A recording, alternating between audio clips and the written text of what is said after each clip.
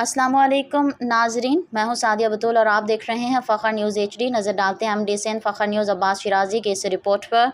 Rescue 1112 ने ये नौशहरा काजी medical complex अस्पताल वाले लावारिस ज़ख्मियों को नहीं लेंगे, उनका इलाज नहीं करेंगे तो फिर रेस्क्यू वाले उनको रेस्क्यू करना छोड़ेंगे। ये देख लें, रेस्क्यू वालों ने मियाँ बीवी को गोली लगने की इत्तला पर उसके हस्पताल ले आए और काजी कॉम्प्लेक्स में डॉक्टर उसका इलाज नहीं कर रहे हैं कि उनके साथ कोई नहीं है। ये एक सबूत वीडियो है, हालांकि उनके साथ ये मामूल बन गया है, लेकिन रेस्क्यू 1122 वाले फिर भी अपनी ड्यूटी खंदा पेशानी से सरअंजाम दे रहे हैं। लावारिस मरीज़ के लिए हर हस्पताल में काउंटर बनाना चाहिए ताकि रेस्क्यू वालों को कोई मुश्किल दरपेश ना हो, क्योंकि कल में भी और आप भी लावारिस हो सकते हैं। मज़ीद अपडेट के लिए देखते रहिए फ़खर न्यूज़ HD।